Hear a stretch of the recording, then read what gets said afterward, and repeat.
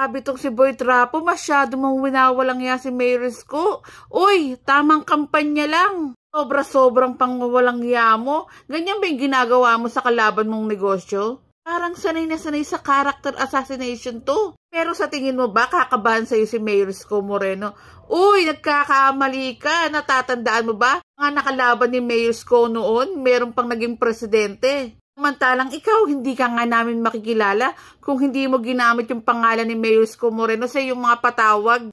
Pala, napanood nyo na ba yung trending video nito na nag-iikot? Bakit ka na kasi mangot? Sabihin mo na naman, pagod ka na naman. Dapat kasi nagpahinga ka na lang, dagdag stress ka pa sa mga taong makakakita sa'yo. Kasi bangot ka ba dahil walang sumisigaw sa pangalan mo at walang sumasalubong sa'yo? Sabi ko naman sa'yo, hindi ka makikilala kung hindi mo ginamit si Mayor Isko. Totoo lang, wala naman pakialamang tao sa'yo kung wala kang dalang mga bigas. Feeling mo naman, kala mo sobrang lakas mo sa mga patawag mo.